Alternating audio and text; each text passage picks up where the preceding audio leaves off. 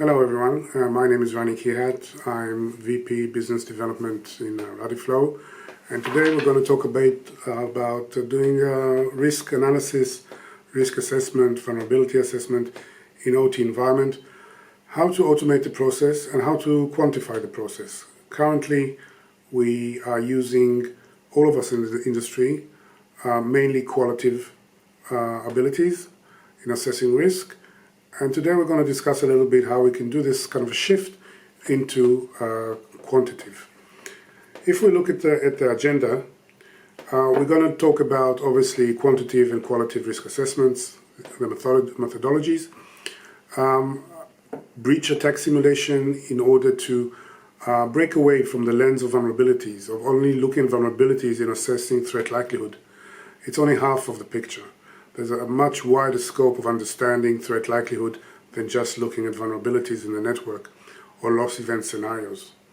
We're going to discuss that a little bit, and then we're going to see how actually by understanding risk and managing risk, we are also moving to the realm of compliance, as all the standards at the core talk about risk as the base for creating your ISMS, your management of security management system, how to actually invest correctly in mitigation controllers and in policies and process that are the most effective to mitigate cyber threat. So it's a journey. We can see that in the slide of the progress of qualitative to quantitative. Qualitative is one way of looking at things. Sometimes we can't quantify. Sometimes we haven't got the tool to quantify. A lot of our judgments are done on qualitative assessments in life. Qualitative is a way for us to at least understand in an environment of uncertainty what are the zones, what are the areas that I'm currently facing.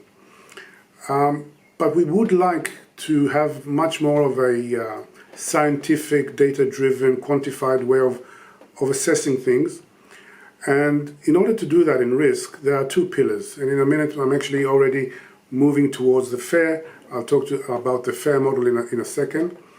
But we're trying to take one pillar, which is the magnitude of the loss, which is, I won't say easy, but it lends itself more to be quantified.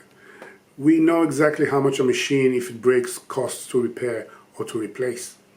We know what is the downtime cost if we don't produce. We know what are the legal fees. We know what are the mitigation fees.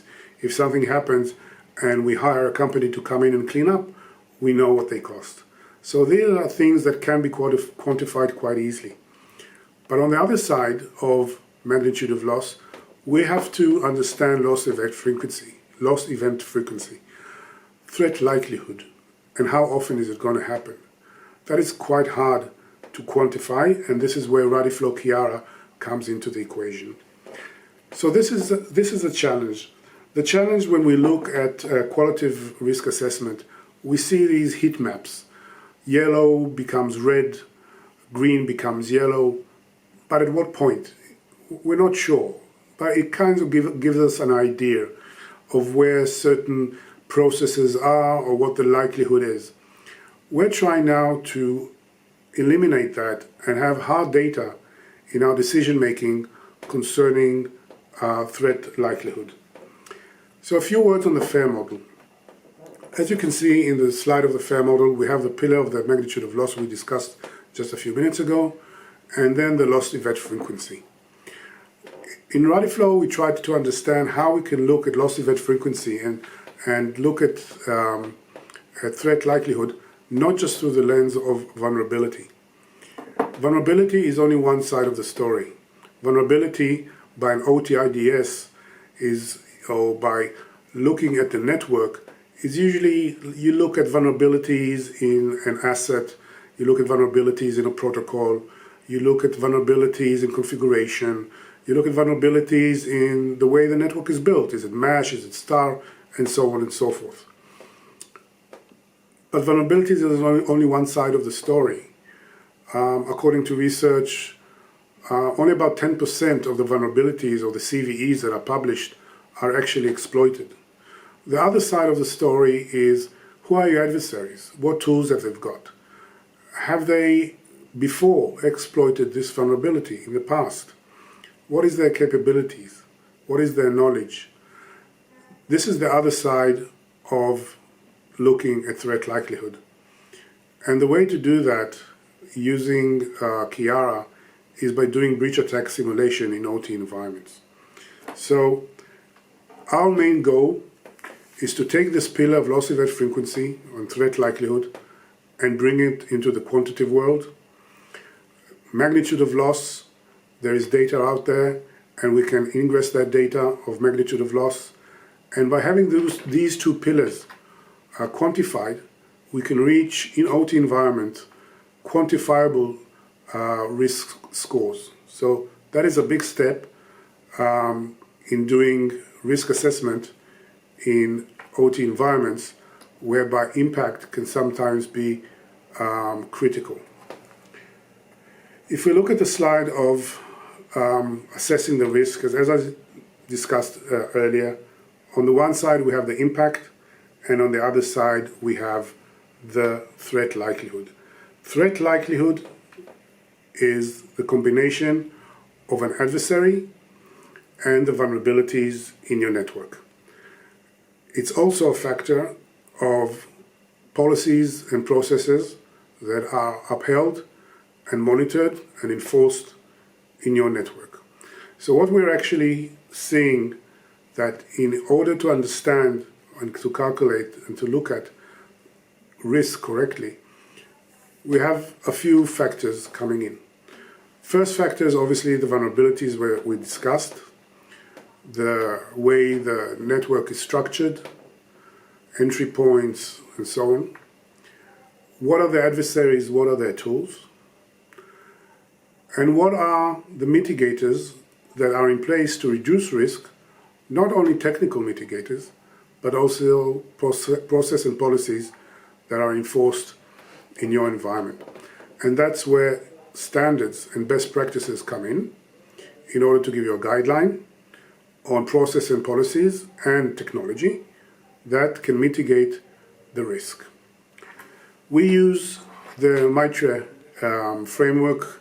We also add to that framework of adversaries and ATTs, we add the Radiflow ATTs.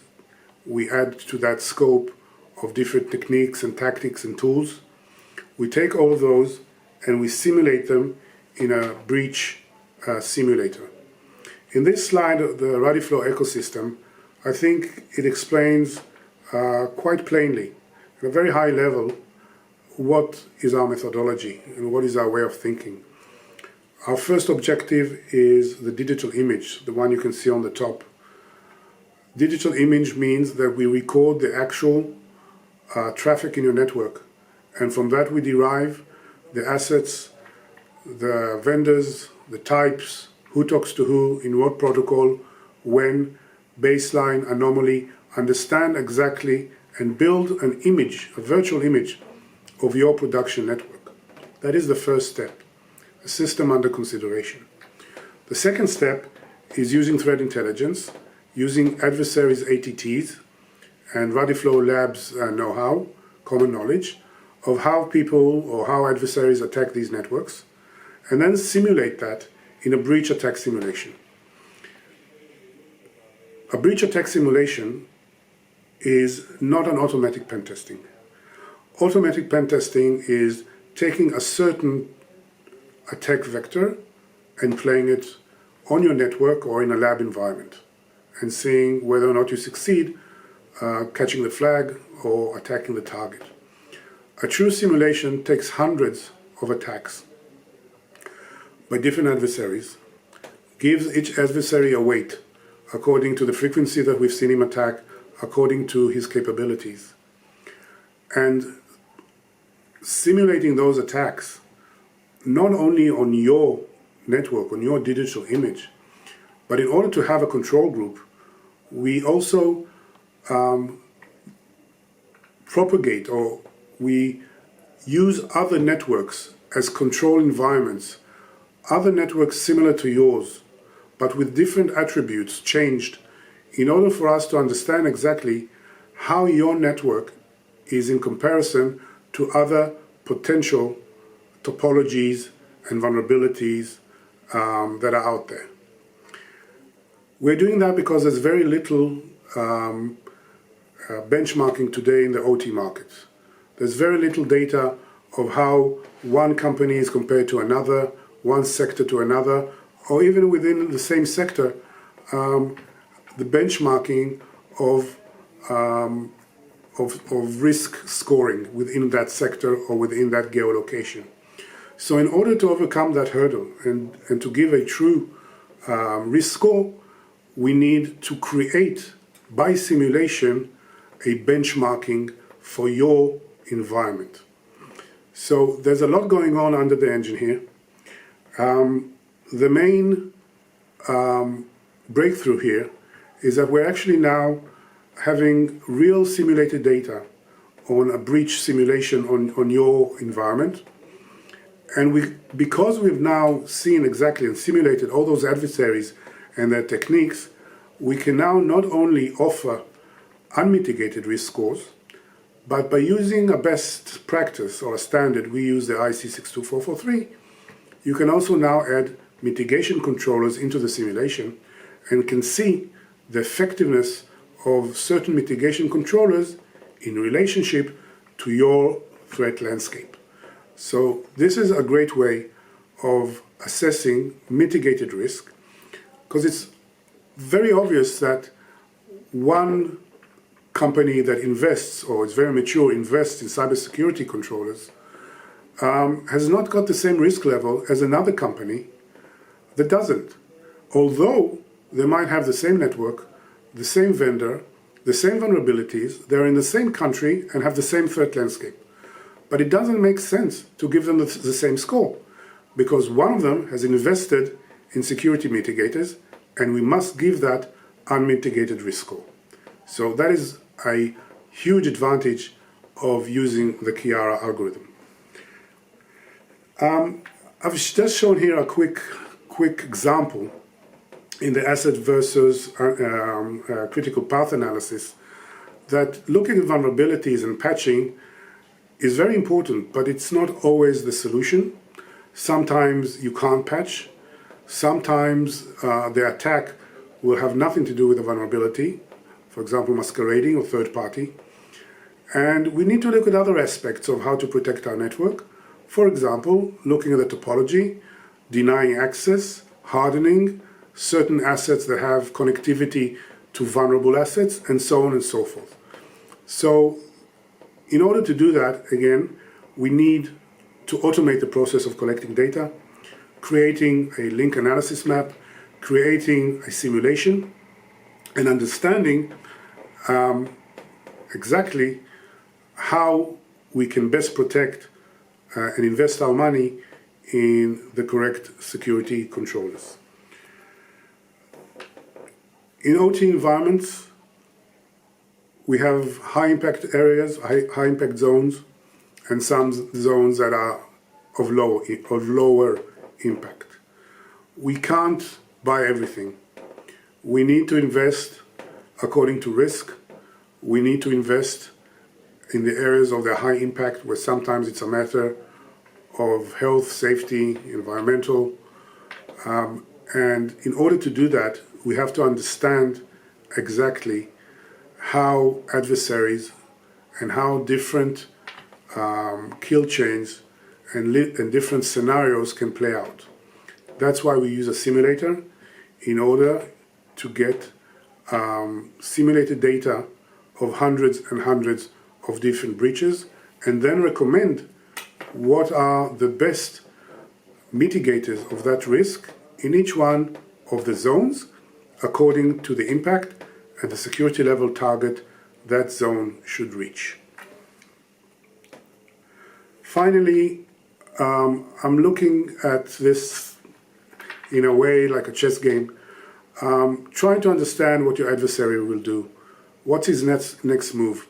What is the easiest way for him to attack without investing too much in very elaborate hacks and writing payloads and so on and so forth. We start simulating from very light attacks to very heavy attacks, and by doing that we can actually forecast what we would think, according to the simulation, is going to be the most likely threat vector that is going to take place, and what is the loss scenario that might take place in your network. In order to prevent that from happening, predictive analysis of that scenario happening, we will then, the Kehat will recommend the correct or the best mitigator that according to that threat landscape and according to the calculations that we made of your network and your topology and your vulnerabilities in your network. So I'm thankful for your time, and if anyone wishes to understand more about how we do our threat calculation and algorithms and how we recommend the best mitigators to put in place by the zones and by the conduits, please contact ST Engineering and we can discuss this matter further. Thank you very much for your time.